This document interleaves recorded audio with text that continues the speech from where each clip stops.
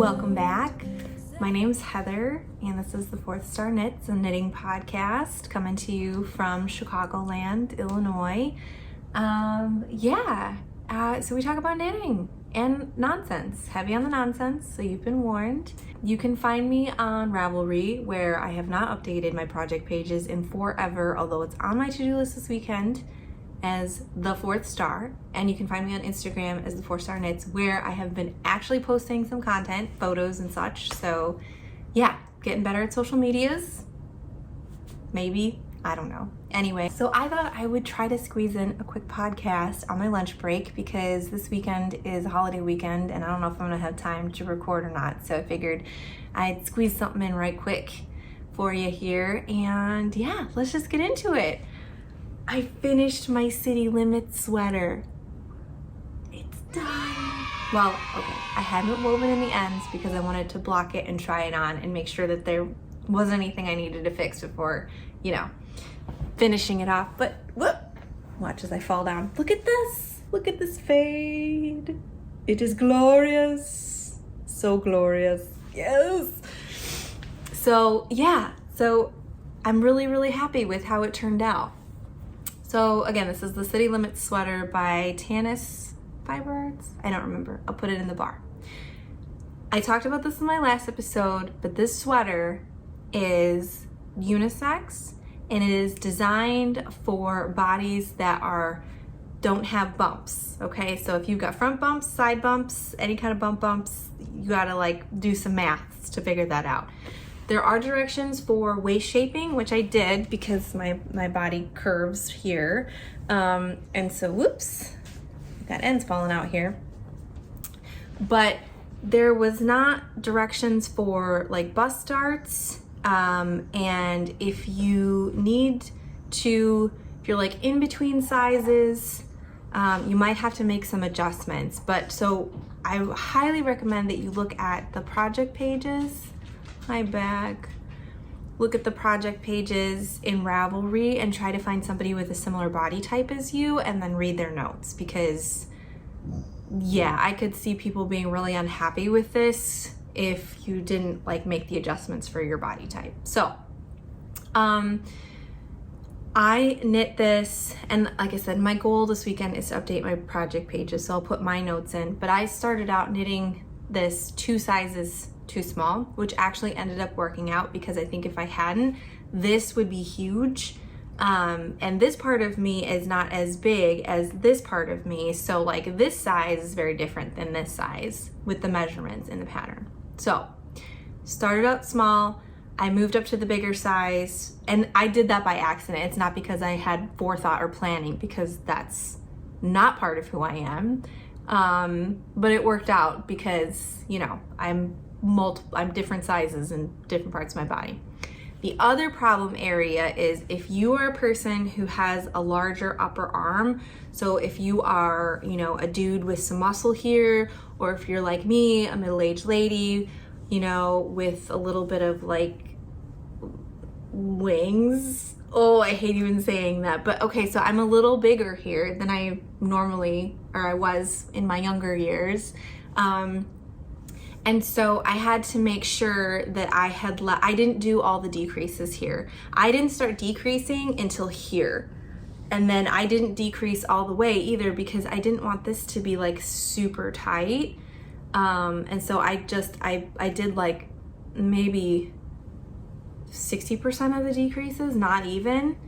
Yeah, the other thing is when you are planning out your fade, and I said this in the other podcast or my other episode, look at how long it's going to end up and factor in the type of yarn you're using and how much it's going to grow.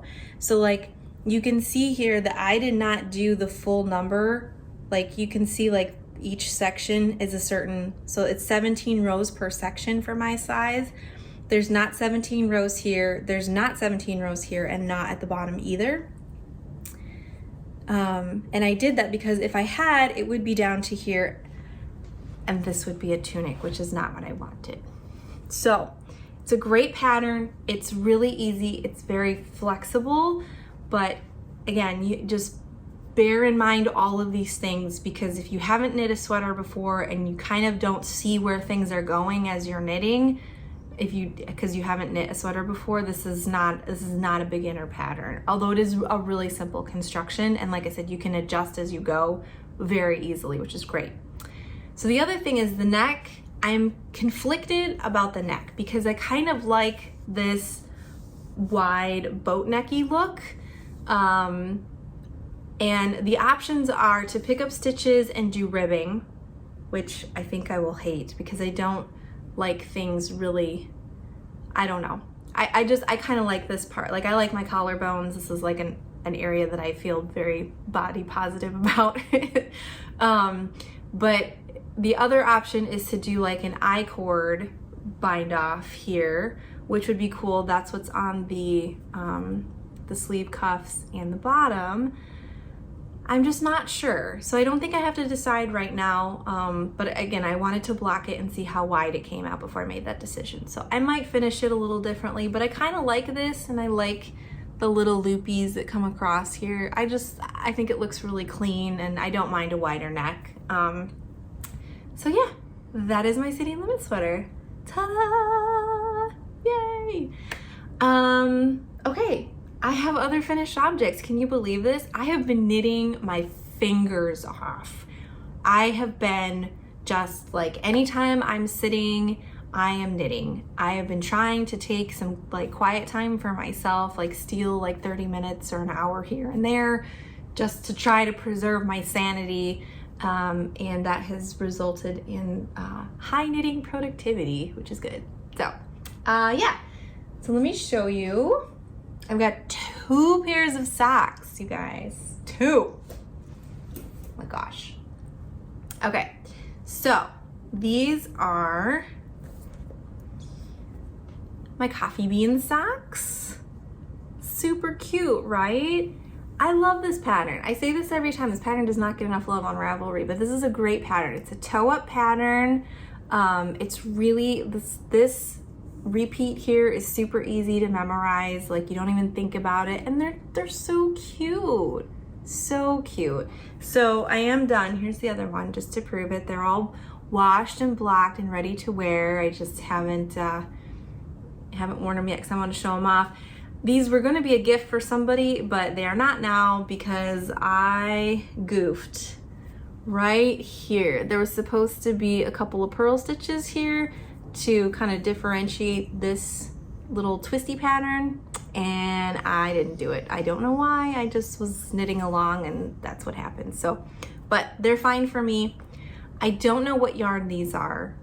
This was part of there was a magical Goodwill find many moons ago where I found a bunch of yarn, and some of it didn't have labels, but definitely is sock yarn, has nylon in it, not sure what else. Oh, I forgot to say what yarn this was. This is all Direful sock yarn. So I think it's all 80/20. And I will link to Direful below. She has like the best colors. She's an Illinois dyer. Like Elgin Knitworks has like a ton of her stuff, but her website is great. You know, you can order straight from her. And that's where I found all of these colors. It's Hippogriff, Dark Magic, Trick or Treat, into Camp Crystal Lake, into Ravenwood is the blue. So anyway, so yeah, coffee bean socks. These are by Star Fiber Studios. I can't remember if it's a paid for pattern or not, but I will link it below.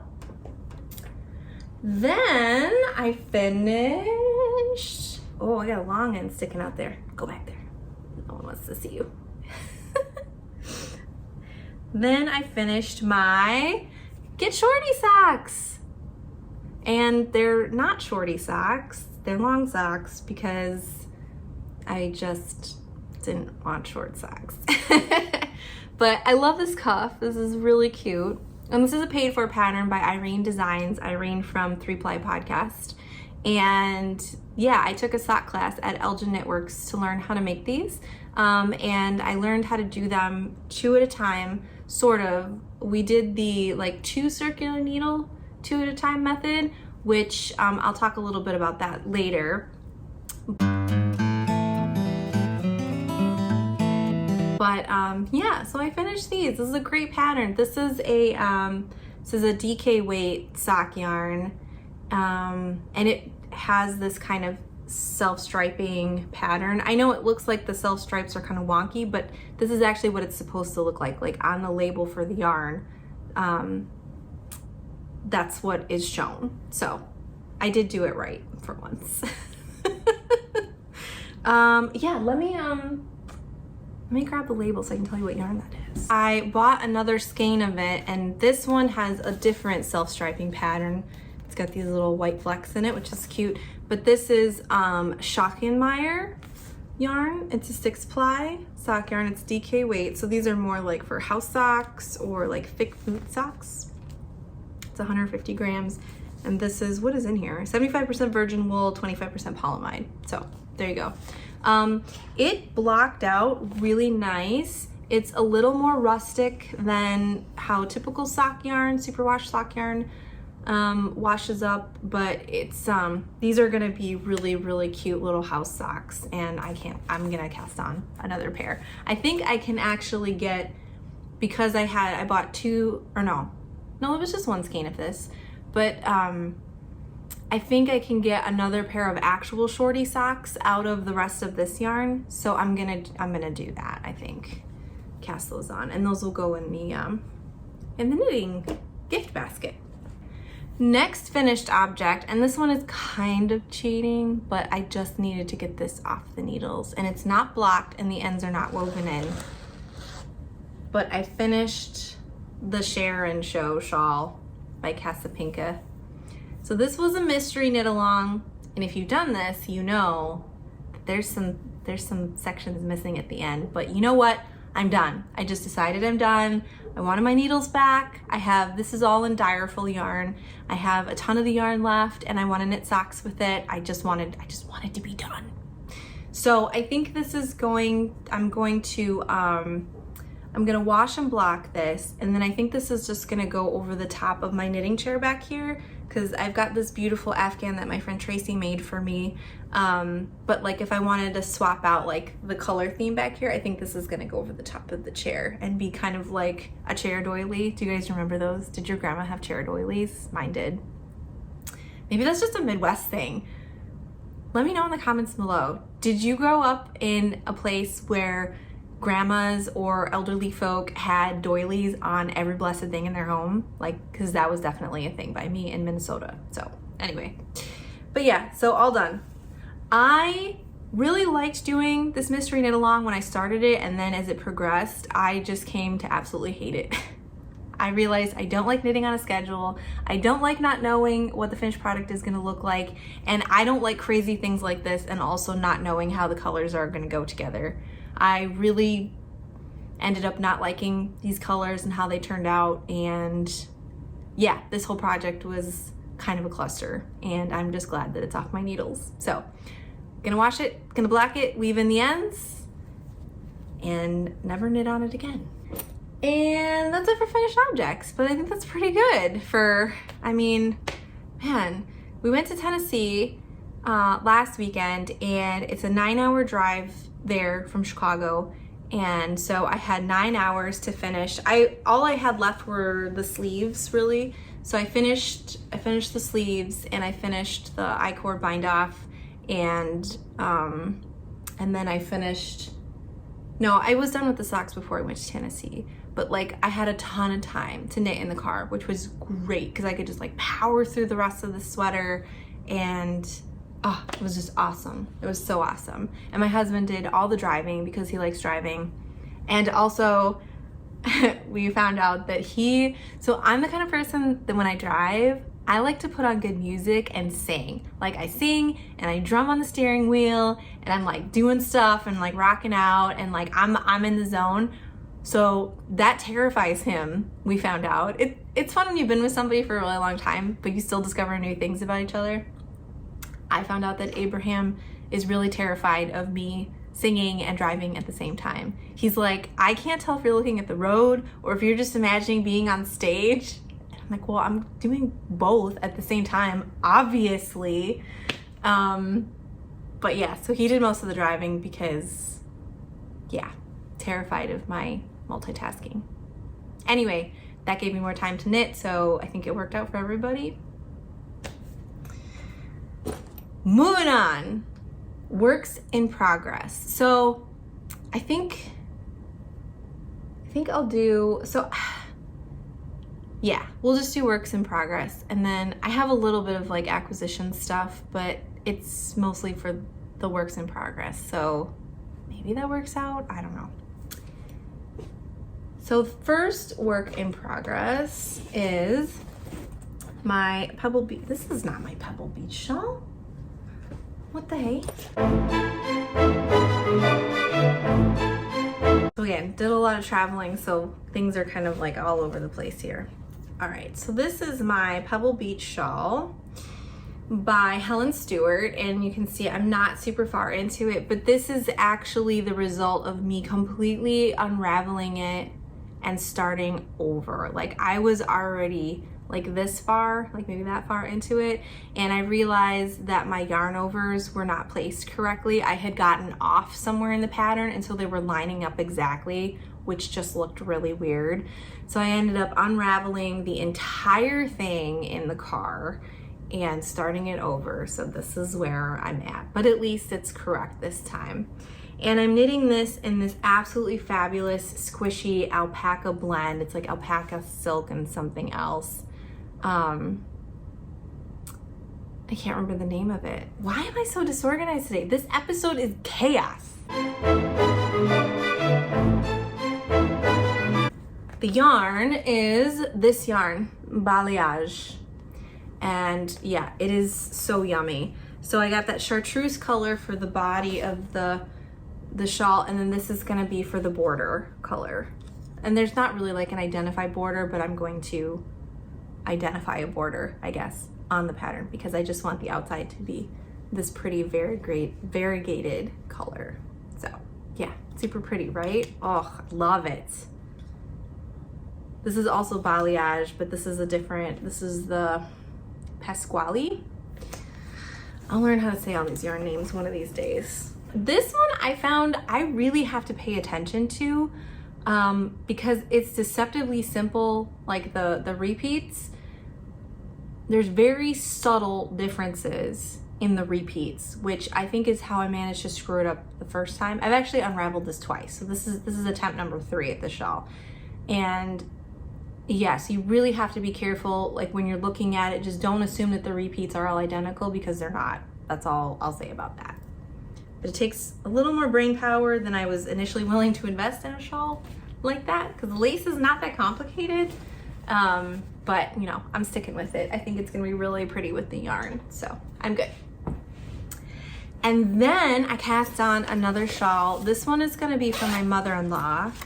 And it's just a baby shawl right now. And I don't even know if I'm gonna stick with this pattern because I think what I wanna do is, ends flying around.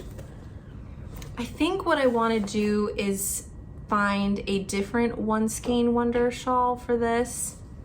So I bought this yarn, this glorious, wonderful high twist yarn. This is from Amplifiber. And hold on, let me grab her tag really quick because this is so cute. I love the sheep with the headphones, so great. So this is her 80/20 Superwash Fine Highland Wool Polyamide Blend. And this is a 2-ply DK weight in the colorway Durango, which is where my husband's family is from in Mexico. And also these are just like so my mother-in-law's colors. And this so reminds me of like the mountains in and around the area. Yeah, it's just perfect. So I wanted to make her just a little shawl, just something she can throw around her neck or over her shoulders. And so I cast on the Melinda shawl, which is just a really simple, it's basically just stripes of garter and then like yarn overs. Like it's very, very simple. I've made this shawl before. I actually made one for my mom in her colors, and it was a really great knit. And it turned out super cute.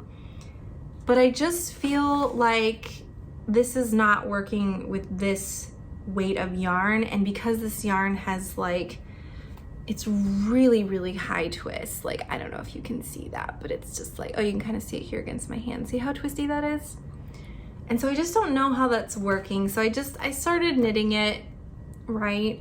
And it looks okay, but I don't know. I just feel like there might be a better pattern for this yarn. And this yarn was just like so lovely, and it's for my mother-in-law who I love. So I just want to make sure that it's like perfect and special.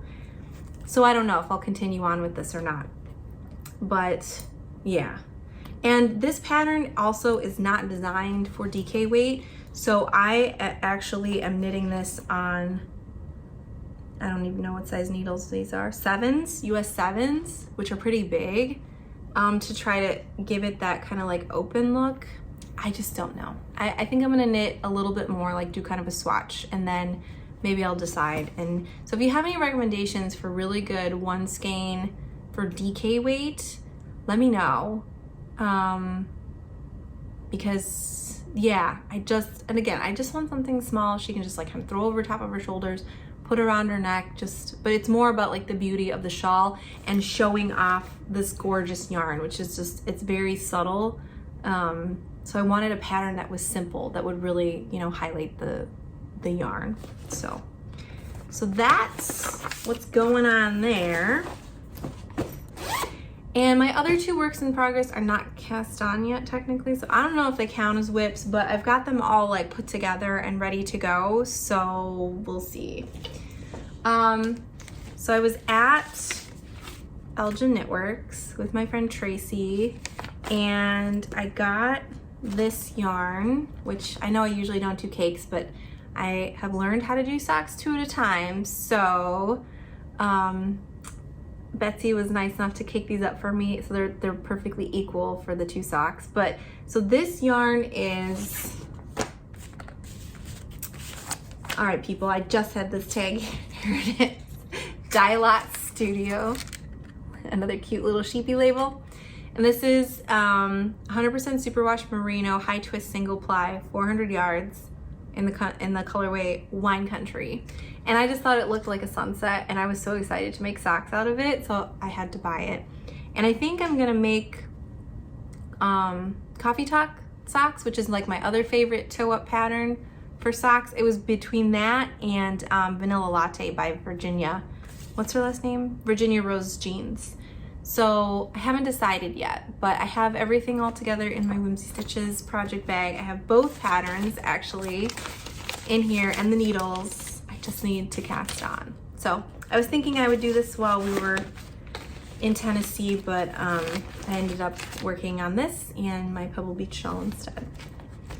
But yeah, I don't have like, no, I still have the husband's favorite socks on the needles too for Brian, which I think I'm just gonna unravel and start over because I'm just not liking them anymore, and I'm really worried that I'm gonna run out of yarn. So I might just frog those completely and find a different pattern.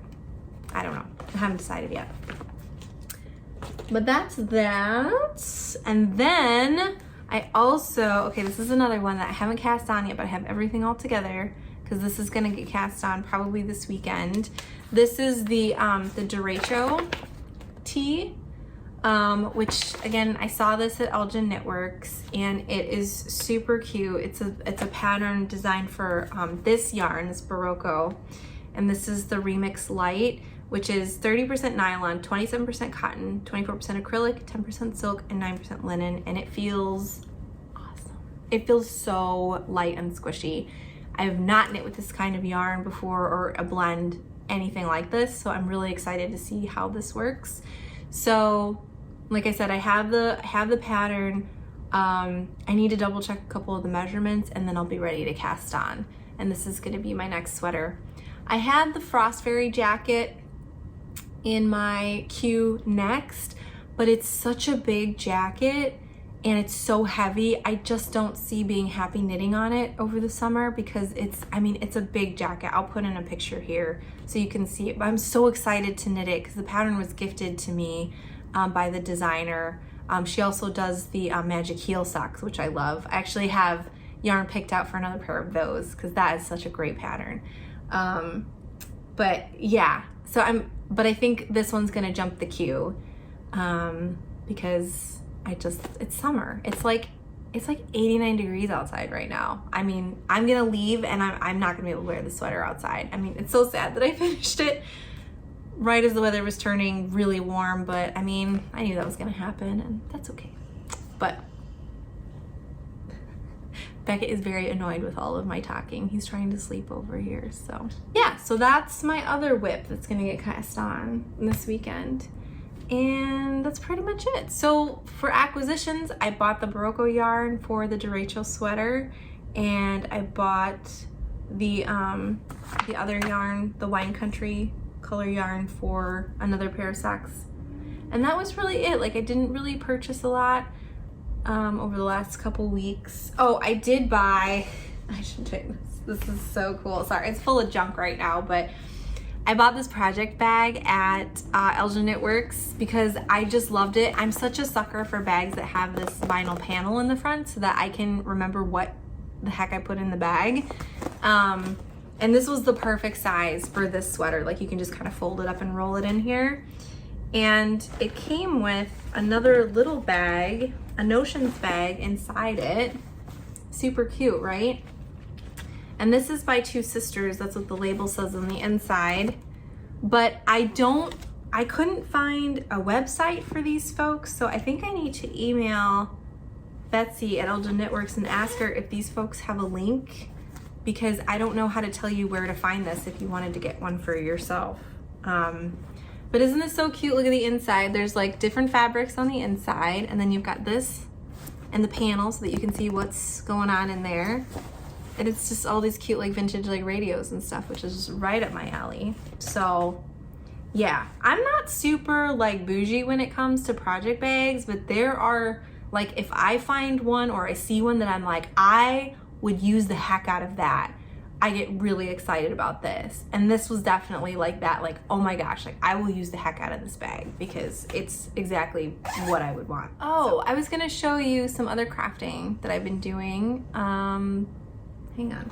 Okay, so as you know, I make stitch markers, mostly for myself, but also for giveaway prizes because they're easy and they're fun, and I have a ton of jewelry making materials laying around, and it's just a good way to use up some of that stuff. But I started doing some stitch marker sets just to kind of see how these would work. They just ended up looking super freaking cute, and I got really excited, so I thought I would show you.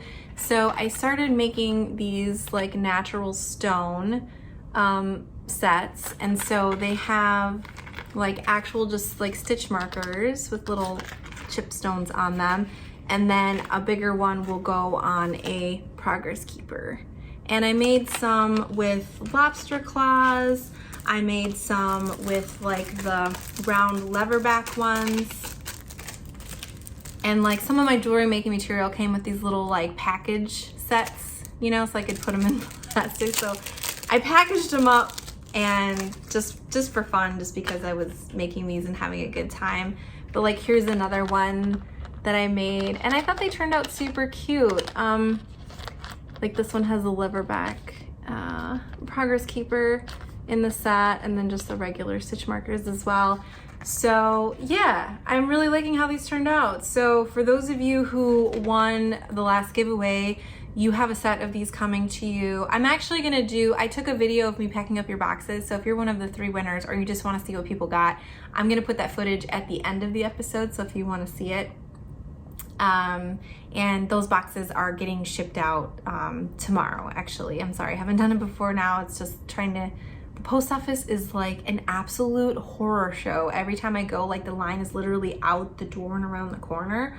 So I've been trying to hit it like earlier on in the day when it's not gonna take me like 2 hours standing in line to get through what I need to get through. So anyway, yeah, so I've been making these. I just made like a whole bunch, and they're all packaged up cute. So I will have these for the next giveaway, I think. And then I kept a set for myself. So I've been making those. I actually I'm not sure how these stones are gonna stay on, like how secure they are with this method that I use to put these on here. So you giveaway winners, you'll have to give me some feedback, like how did these work out? Did they stay put? Did the stones fall off? I also gave a set to my friend Joanna from Chameleon Hand Dyed Yarn for her to test out and for her to tell me if they, you know, the stones actually stay on or they fall off or they mess, you know, I don't know. So we'll see how that goes. And then I made a whole bunch of random ones. Like, oh my God, like here, look at this whole little Altoids tin.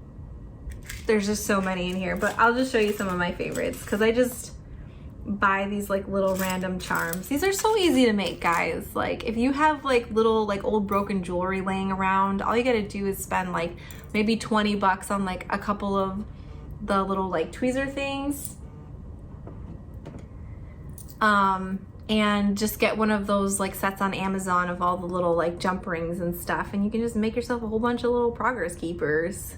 So I made this little fox. Whoops, show your face, guy. Show your face. Little fox, this little citrus thing, some lemonades for summer. There's just a whole bunch of these. I won't show them all, but I had a lot of fun making those. And yeah, so that's kind of the other crafting I've been doing. I wanted to talk a little bit about doing socks 2 at a time because I've been on this journey. I wanted to learn how to do socks 2 at a time for a really long time. I've not been able to figure it out. And so that was part of why I took the Get Shorty sock class at Ilja Knitworks, because I wanted to learn. And so we did the method where you use the 2 separate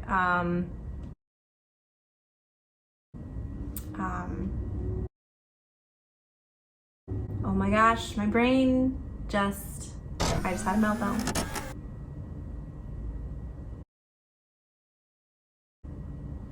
The needles with the points and the cord. What are those called? Why can't I think about? Anyway, but so I got to a certain point here, and I basically, if you follow me on Instagram, you will have seen all of this drama, but I like knit myself into a corner basically somehow, because like you have 4 points that you can knit onto basically, and if you don't choose the right one, you end up knitting yourself like into a dead end, and you can't like continue knitting onto the next sock. So but you know, most people who do socks 2 at a time just knit them on one long needle with 2 points. Why is this word escaping me? I'm sure there are people watching this right now that are just screaming at me right now, right? Are you screaming what this is called that I can't think of the name? Is it written down on here? Interchangeables? Whatever. I'm like I said, this episode's chaos. But anyway, like this, okay? So, and this cord needs to be longer. Anyway, long story short, I was having a meltdown on Instagram, and Zach from Knit Nat Zach podcast DM'd me with some pictures of the socks that he's doing 2 at a time, and showed me how they sit on the needles when the needles are just like this. And something about that clicked, and I was able to transfer my Get Shorty socks onto needles like this, just 1 set instead of 2, and I just proceeded to finish them off that way, and it was glorious, like life-changing. I don't know why I couldn't figure this out like years ago, because it's a way easier way to make socks. I think I will still knit socks with the heel flap and gusset the traditional way on 1 set of needles, but for toe-up socks, seriously, I don't think there's like an easier way to do this, really. Or really anything without a heel flap and gusset type heel. I think you could probably do pretty easily. I haven't knit every type of heel out there that there is, obviously, but I'm thinking you could probably do most of them with this method. So anyway, big thanks to Zach. Go watch his podcast. But because I don't know what it is about the way he was talking about that just clicked, but that's just how things work sometimes, right? Like, I don't know. Anyway, so yeah, I really recommend trying to figure this out. If you haven't tried socks 2 at a time, It's not as much of wrangling an octopus as you would think, but I do recommend using the one circular needles. Oh my gosh, what is wrong with me today? One circular needle instead of two. Much easier, much simpler once you get it set up. And here's the thing, I think it's easier when you're just starting to set up your socks separately and then look at a picture of how they sit on the needles and then transfer them just until you kind of get the hang of like how they get set up. That worked really well for me. So anyway, just wanted to give you this little knitting tip that I came across. Circular needles. Chaos, utter chaos. Okay, that's it. That is it for the knitting and crafting content. So if you were just here for the meat and potatoes and you want none of the vegetables and dessert, that made no sense. You don't serve those two things together, really, ever. Chaos, utter chaos. But yeah, if you were just here for the knitting content and you want no more of this nonsense, you are still loved. I don't blame you at all. Peace out. I'll see you next time. So this is the part where I usually talk about the other stuff that's going on in my life, in the world, and whatever else just pops into my head. So a lot of you have been seeing my posts about Beckett, my dog. I have a lab pit bull mix. He's 6, almost 7. He's a rescue dog. And he was having some issues. He was having some behavior issues. He was acting weird, very worried about him. So we took him to the vet, as one does, and we did find out that he has cancer. So that is a huge bummer. And yeah, so he has soft tissue sarcoma, which is a type of cancer that kind of like spreads like in your tissues. So like for him, it's in the muscles in his side. They took out one tumor and it was basically like all bloopy and just kind of, it was super friable, which is not great, which means that there's little baby cancer tumors like all over that are just getting everywhere in his body, which just sucks. And that's just what happens sometimes with dogs. And we are gonna go see an oncologist, that'll be later on next month. It's kind of tough to get into specialists for dogs right now, but so we're gonna see an oncologist and see what that looks like to do either chemo or radiation or a combination, and see if we can maybe just zap it and, you know, give him a good rest of his life. So that's the Beckett update. Not great, but it is what it is. I already had a good long cry about it in the shower, as one does. So I'm ready to move on toward trying to figure a solution, or at least the next steps for my big baby. But anyway, so that's, like I said, that's the Beckett update. Sorry to be a downer. I have been trying to work on my work-life balance because it has been wildly in the work-only camp for a while because things have just been really busy. And so I've been trying to get back to reading and knitting more and just, you know, finding time for those things that keep me sane, because that's important. And yeah, I'm still working through the so what I'm reading right now, I'm working through the trilogy that I talked about in my last podcast. So I'm on the second book. It's called The Obelisk Gate. It's by, is it J.K. Jemisin? I'll put her name below. I'll put the name of the trilogy below because I'm really bad with names.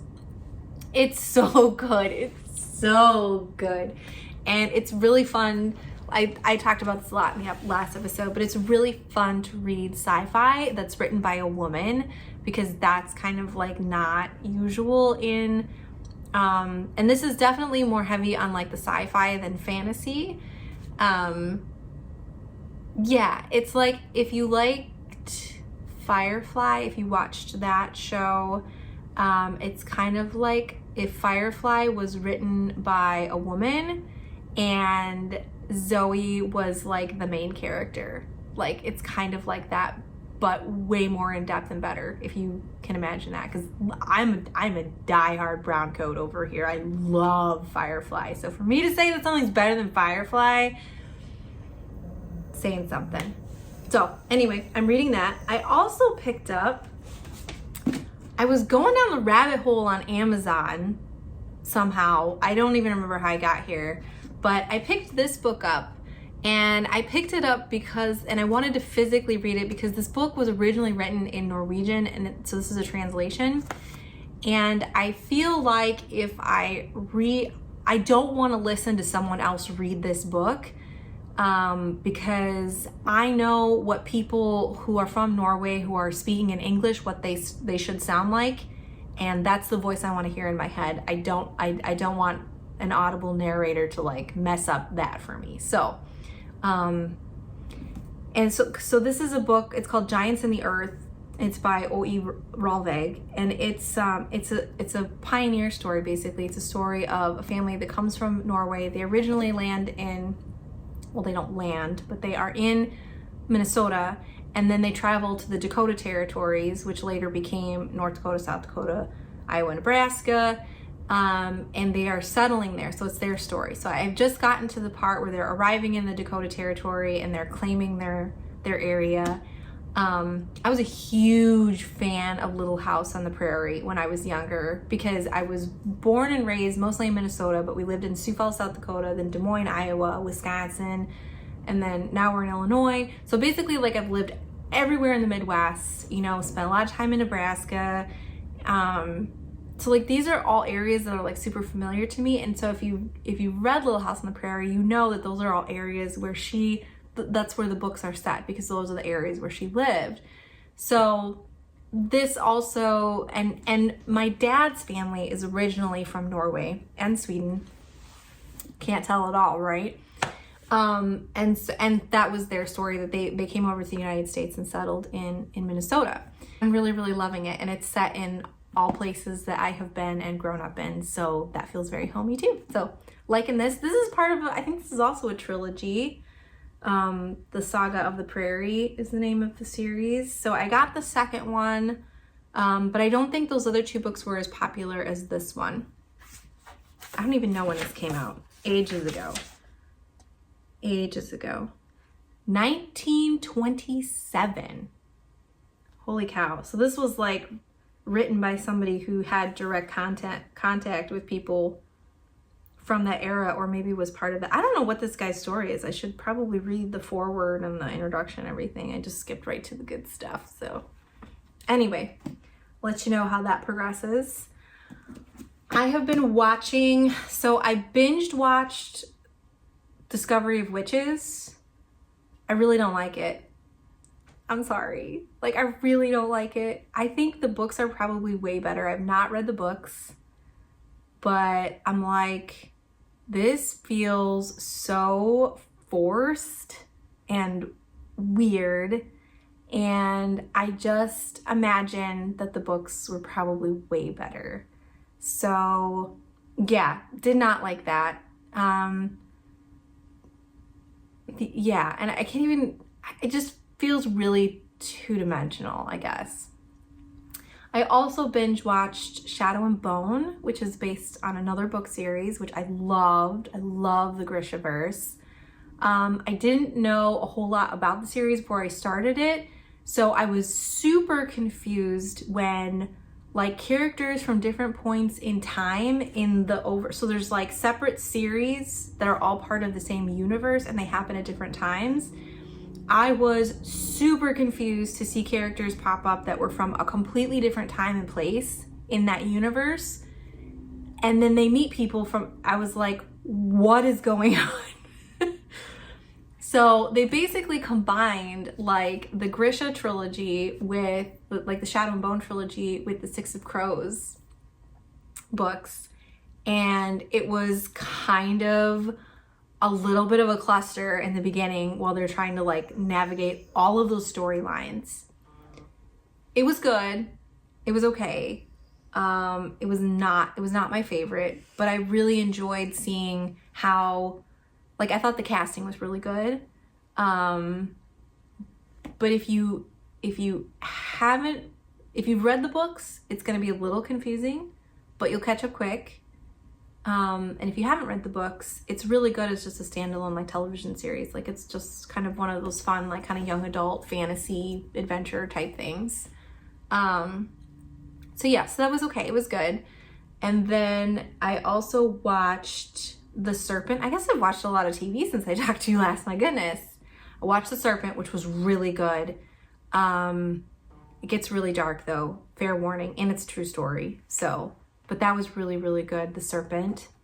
And then we also watched White Tiger, which is a Netflix movie, which I loved. I thought that was super interesting. I learned a ton about Indian culture that I did not know. Yeah, that's like a whole culture in place that I really know very little about because I don't have any Indian friends really. I didn't grow up in an area where there were a lot of Indian people. There's areas of Chicago with a lot of Indian people, but those aren't areas where I live or work or hang out really. So it was just really good to be immersed in a culture that like I didn't know anything about. So I learned a lot, and it was just a really good story. And I think that's it. Oh, we have also been watching the Taco Chronicles because I'm married to a Mexican American, and watching a show where every single episode is about a different kind of taco is something that happens. And honestly, it's great. The best thing about it is that he gets a taste for whatever kind of tacos they're talking about.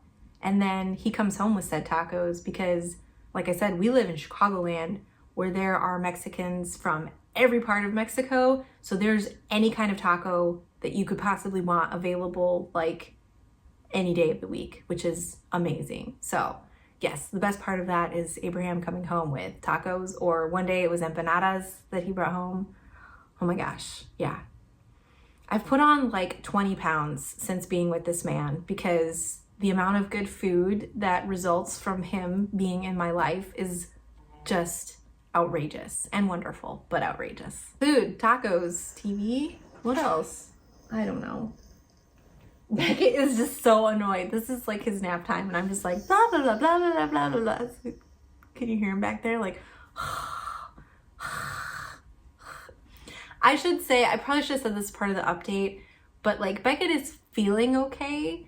I mean, the surgery to remove the one tumor was rough. The recovery was crappy, but like, I mean, he's feeling okay right now. So like, it's not like he's miserable and in a ton of pain or whatever. He's still acting a little weird, but you know, other than that, he's doing okay for right now. So,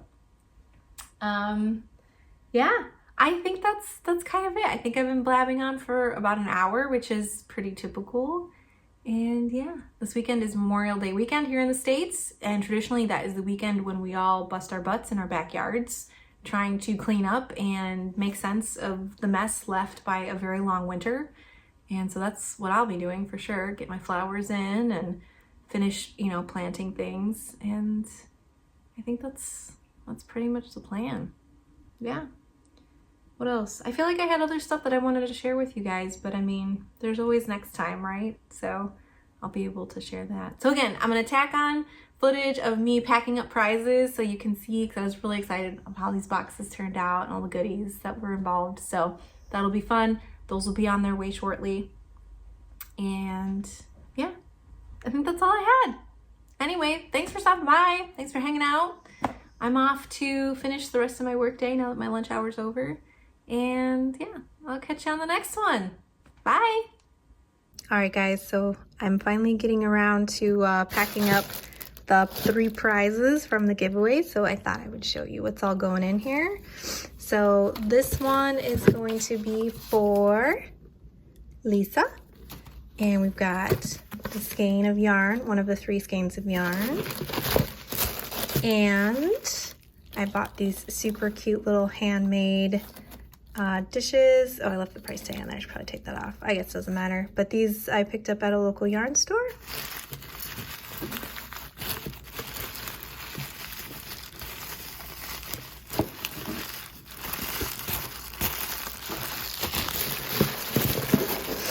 So that goes in there.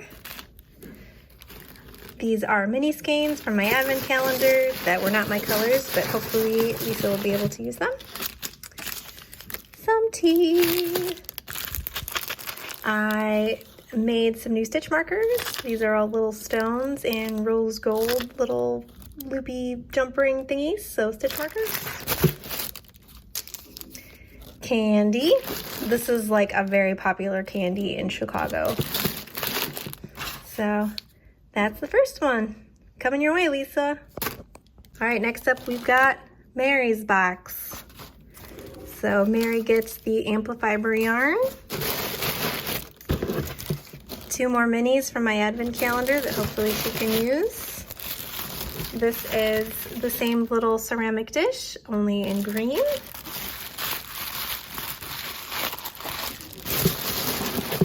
And more tea. Here's another version of the stitch markers that I made. Different stones. More candy. Because everybody likes to get candy. So there you go. On the way, Mary.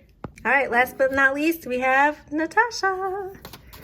Natasha gets the yarn dyed by my friend Joanna. Chameleon hand-dyed yarns. 2 more mini skeins. This is another little dish. It's the green one. I'm not going to open it since you saw the other one. More stitch markers I made. Tea. Sour Patch Kids. All right, Natasha, it's on its way to you. So will you ride it out, or will you tip the raft and pray that someone pulls you from